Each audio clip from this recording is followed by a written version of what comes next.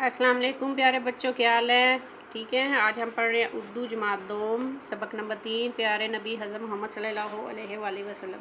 جیسا کہ میں نے آپ کو اس کی مشق آدھی کروا دی ہوئی تھی۔ صفحہ نمبر 11 ہمارا کمپلیٹ ہو گیا تھا اور صفحہ نمبر 12 کے بھی ایک کوشچن ہم نے کر لیا تھا۔ ٹھیک ہے، آج ہم کریں گے صفحہ نمبر 13 کے اوپر جو کوشچن دیے ہوئے ہیں۔ مندرجہ ذیل الفاظ کو جملوں میں استعمال کریں۔ ٹھیک ہے، یہ جو لفظ دیے ہوئے ہیں ان کو اپنے جملوں میں استعمال کرنا ہے۔ سب سے پہلا لفظ ہے رحمت، اور اس کا جملہ آپ نے لکھنا ہے حضرت محمد صلی اللہ علیہ وسلم رحمت بنا کر بھیجے گئے۔ ٹھیک ہے، رحمت بنا کر بھیجے گئے۔ اگلا لفظ ہے شفقت۔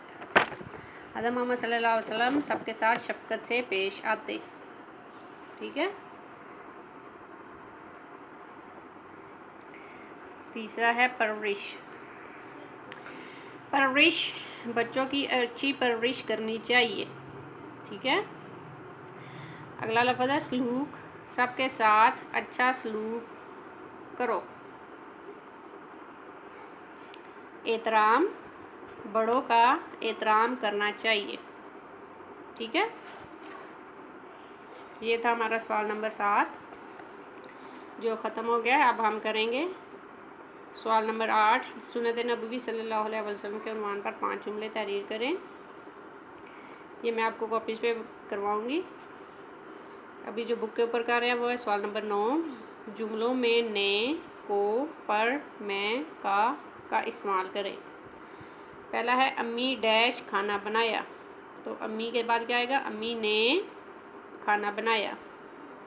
حضور پاک صلی اللہ علیہ وسلم بچوں ڈیش شفقت فرماتے، بچوں کے بعد کیا آئے گا؟ پر، بچوں پر شفقت فرماتے۔ حضور پاک صلی اللہ علیہ وسلم صفائی اور پاکیزگی ڈیش پسند فرماتے، ڈیش میں کیا آئے گا؟ کو۔ چوتھا ہے نبی پاک صلی اللہ علیہ وسلم نے ہمیں مل جل کر رہنے کا حکم دیا۔ ٹھیک ہے، یہاں پہ کیا لفظ آئے گا؟ کا۔ آج جماعت ڈیش سب بچے حاضر ہیں، آج جماعت میں سب بچے حاضر ہیں۔ ٹھیک ہے بچوں، آج کے لیے یہی آپ کا کام ہوگا۔ آپ نے یہ جو جملے ہیں ان کو اچھے سے یاد کرنا ہے اور اپنی کاپیز پہ بھی لکھنا ہے۔